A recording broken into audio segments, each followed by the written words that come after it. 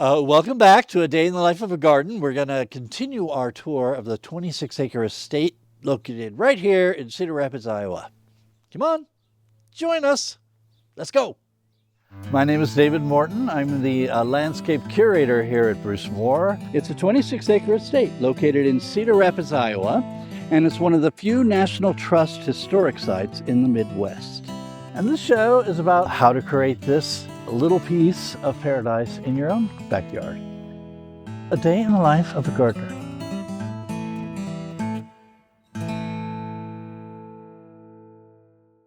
Inside the lion's den here is King. The Halls had many German Shepherds. I believe they were all named King as well. But this was given to him by his veterinarian, I believe. And it was actually restored and repainted about 5 years ago. But here he sits, guarding the property, guarding the lion's den.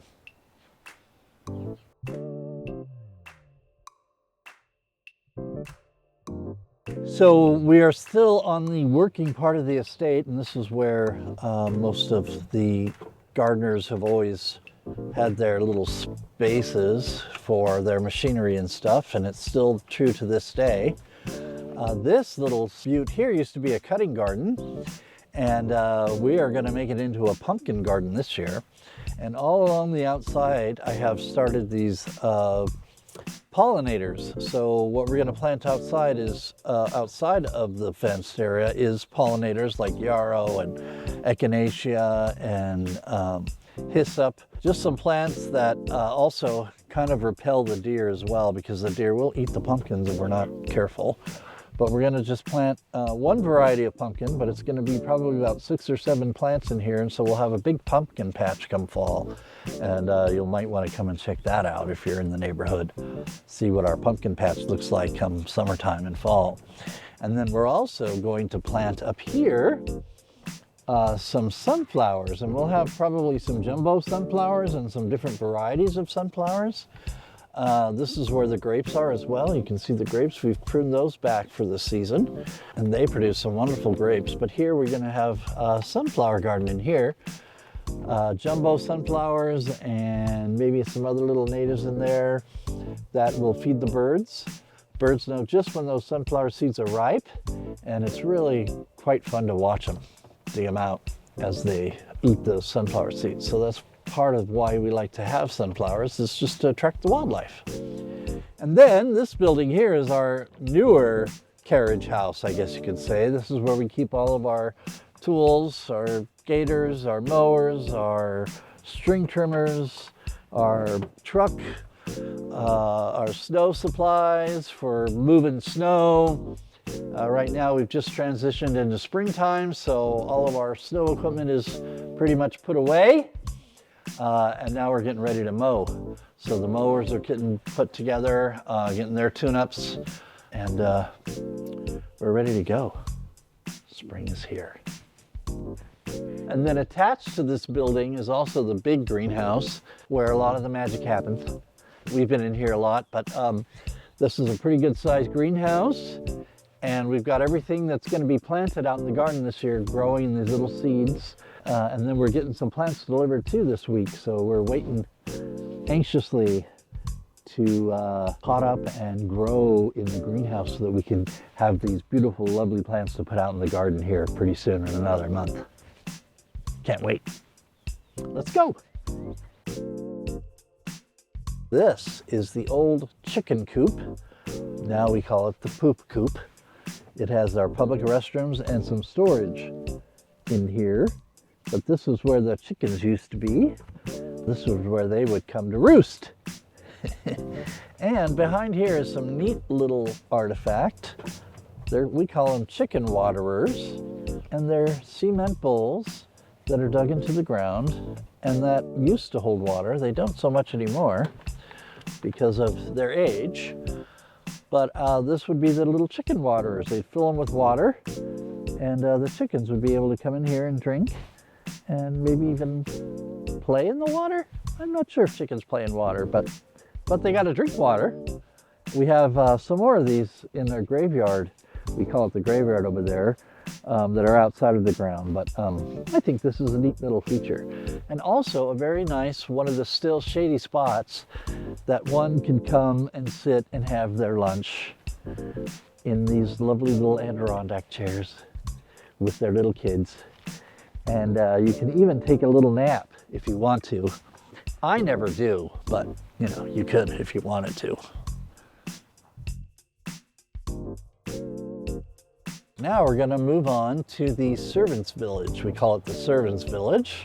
This was where the head gardener generally would live because he's close to the Lord and Burnham greenhouse and could keep it going. This is the squash court or bookbindery. It used to hold a squash court, and Mrs. Douglas, she bound books, and that was where she did it. And then here's the servants' village, which is the duplex. And this is our biggest restoration project next to the mansion anyway, and this will be happening all during this summer. So right now they have just set it all up so that they can start to restore these buildings. They're in sad disrepair. All of the siding is going to be replaced. The basement is getting a fresh facelift, as well as the back porches that are on the other side of this building as they're starting to deteriorate and fall apart. So it's very exciting to see. Again, this is where the servants would live that needed maybe a little more space than the servants' quarters in the mansions had. But I know Archie White lived in one of these to take care of the Lord and Burnham greenhouse, which is directly next to these buildings. And that was so that he could keep the boiler running during the winter months, I'm sure, as well as keeping an eye on the house. So this is our small little greenhouse, and we do still grow some perennials in there and annuals. We use it as a greenhouse. And then around to the other side, there are these cold frames, which help us to harden off the perennials that we're going to be planting, out there in the garden, in the cutting garden, etc.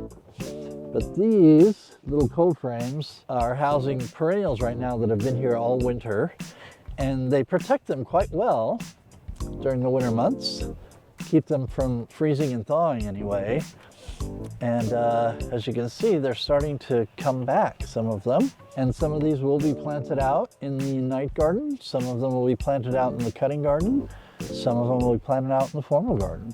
But they're very useful tools is the cold frames, because you can harden things off, get them out here, put them out here before it's, not when it's snowing still, but before you normally would plant anything out.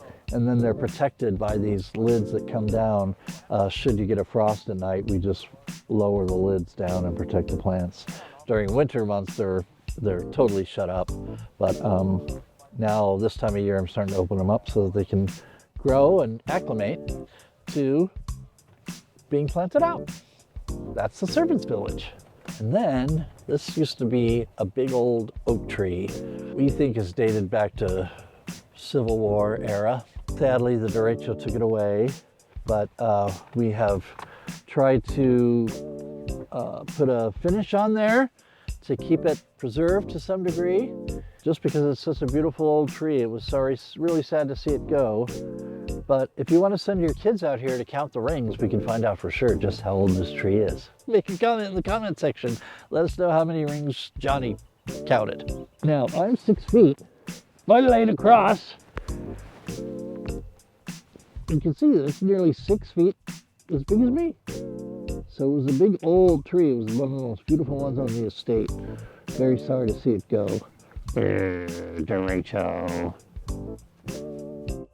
So now we're going to jump across the road, come up to the night garden. Here it is. We are waiting for it to come up in spring. Now the bulbs that we planted last fall are starting to come up. Some of the Nepeta is starting to come up, as well as the Artemisia. So slowly but surely, the roses will get uncovered pretty soon here. So when you had an estate of this size, you could have a little specialty garden, and that's what this is. Again, you can see another video that goes into more specifics, but it's planted with gray foliage or white flowers, pale colors, so that Mrs. Douglas could look from her bedroom window over there. The idea was that the silver foliage and the white flowers would reflect on the moon. So there it's called an evening garden or night garden. Really cool concept. There is so much to cover on 26 acres. So stay with us, come back for part 3, and see what else we got to show you.